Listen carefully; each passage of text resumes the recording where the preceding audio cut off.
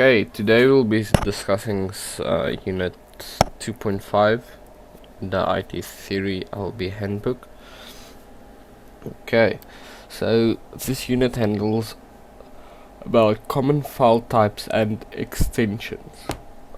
Okay, so what does that mean? So every file basically contains a file extension, and that determines the type of file it is and how you can open it or interpret it. Okay, so for example, a text file can come in any like a .txt, a .doc or doc and so forth, and that just tells the computer that this is a text that you can open via either Word or if it's just a plain .txt, notepad, etc. Okay, so what is an extension? So normally in a file you would have a name for a file. Let's say if I open this one, you can see here, if I go properties on this video, I can see it is a type of file is a .mp4, so that means it is that .mp4 is the file extension. So you've got your name of the file and then you've got your file extension.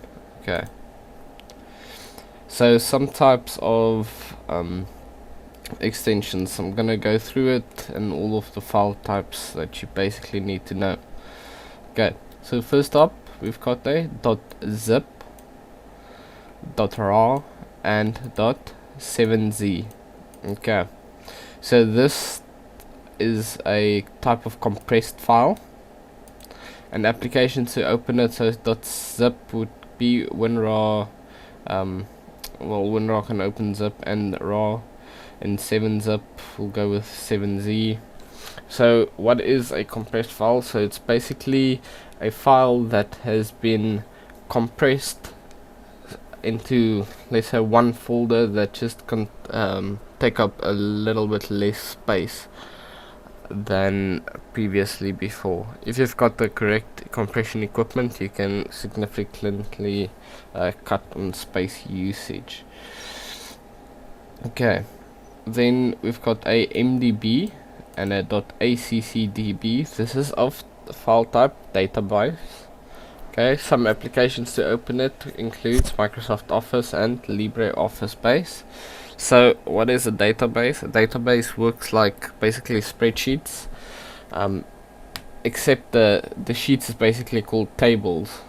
Okay, and it's, yeah, at the bottom you can see a picture of Microsoft Access. So it's basically got rows, got columns, and you can just better organize the data. Okay, next up we've got a .txt, .rfd, .csv and HTML. Okay, so this file type is of text, and applications could be Notepad and Notepad++. Okay, the file extension .txt is basically just a plain text, so it doesn't have any font sizes, pictures, multimedia and so forth. A RTF is a rich text document. Okay, so it's just basically a text file with stuff you can add, like you can add in images and stuff like that. Okay, so that can be opened. If you think about Microsoft Word, you can open files in there. Okay, next up you've got a .csv, which is a comma separated value, and what that is basically is, it's kind of like a database but not in nice columns and rows. You just have one line which is basically your row, and then your values of that rows is separated with commas. Okay, and lastly is HTML, or hypertext markup language. It basically contains text, references to other external files like images, articles, etc. Okay, and this is an example of a plain.txt file. Okay, next up we've got the extension .xls, .xlsx and .ods. Okay, so this is of data file type spreadsheets. Some applications that open it, so .xls normally goes with Excel, Microsoft, and then .xlsx is basically Google Sheets, and then LibreOffice calculations is .ods. Okay, so what is a spreadsheet? A spreadsheet is basically, it stores information on a large table, and then spreadsheets are commonly used in businesses like do calculations. So you can have nice headings, you can have like amounts and stuff you can basically use, and then you have formulas that you can calculate different values. And here's an example of a Excel spreadsheet if you've never worked on it before. Okay, next up we've got the extension Pptx, .pptx, and then .odp.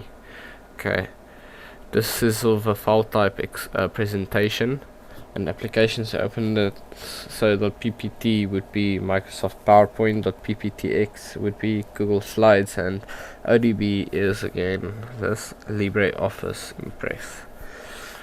Okay, so we all know presentation is just basically, it's like a PowerPoint that have slides with information and so forth that you can easily represent to others. Okay, so this is an example of PowerPoint. Next up we've got word processing. Okay, so this is basically your .doc, your .docx and .odt. So that is basically your word processing file types. For .doc or doc, we open it via Microsoft Word, docx, Google Docs, and then ODT is LibreOffice Writer. Okay. Okay, sorry. Then your document files is basically stored in this format. So if you think of writing anything on a Word, so like an assignment, you can have nice fonts, insert images, music files, all of that. That is basically a Word. Okay, next up. Okay, so the next one is a .bmp, a .gif, JPEG, PNG, or a TIFF. Okay, so this is of a file type image, and you can use Paint, Adobe, Photoshop. Normally Windows has an automatic image opener. Okay, so this is basically images that you can either go and make in Paint, you can be captured via your camera, it is stored in this formats, etc. It's just basically any image. Okay, next extension we've got a .avi, .vlf, .mov, .mp4, WebM, VMV, etc. Okay, so these extensions are basically all of the file type video, and this is just one, but there's actually a lot of applications. It's like Microsoft Media Player, get like VLC Media Player, 123 video player, etc. And a video is basically, well, any video that we see. Okay, yeah, they speak about streamed, but if you like stream a video, that video is automatically first downloaded to your computer while you watch it. So even though you can say no, but you're streaming, you're not downloading the whole file, it actually still downloads exactly everything. It just doesn't download the whole thing at once. It just downloads what you're going to need to watch next. Okay. Then we've got a .aac, .flac, .mp3, .vma. And this is basically all audio. Okay. Another example is, this is just one application, but Microsoft Media Player. Can open this.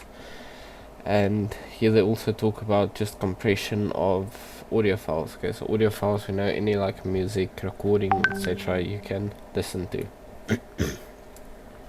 Then we've got a .gif, .swf. Okay, so this is all kind of animations. You can use the media player, Adobe Animate, or Flash to open this animations. And animations is basically just moving images. Okay.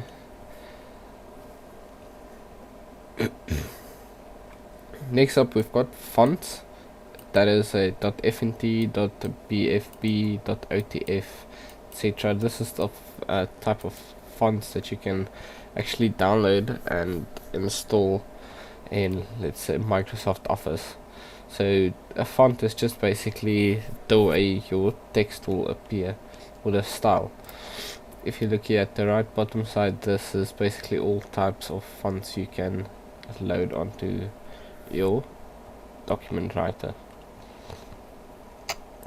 Next up, we've got .c, .parse, .java, .js, .py, and this is basically just of file type source code. Okay. So if you look here, .c will be C++ files, .parse is Delphi files, Java, obviously Java files, JS JavaScript, and py Python. Okay, so you can use respectively programs that can open these type of files for each extension. And then what is source code? Source code contains basically just the instructions to create a computer program. The raw data for most source code files is in just like plain text, and then they can usually be opened in a text editor, like what we can do with a Delphi. If you just right click on the, let me show you quickly. If you just right click on the this one, you just go open with Notepad, and you can actually see all the Delphi code inside the file after text editor. Okay.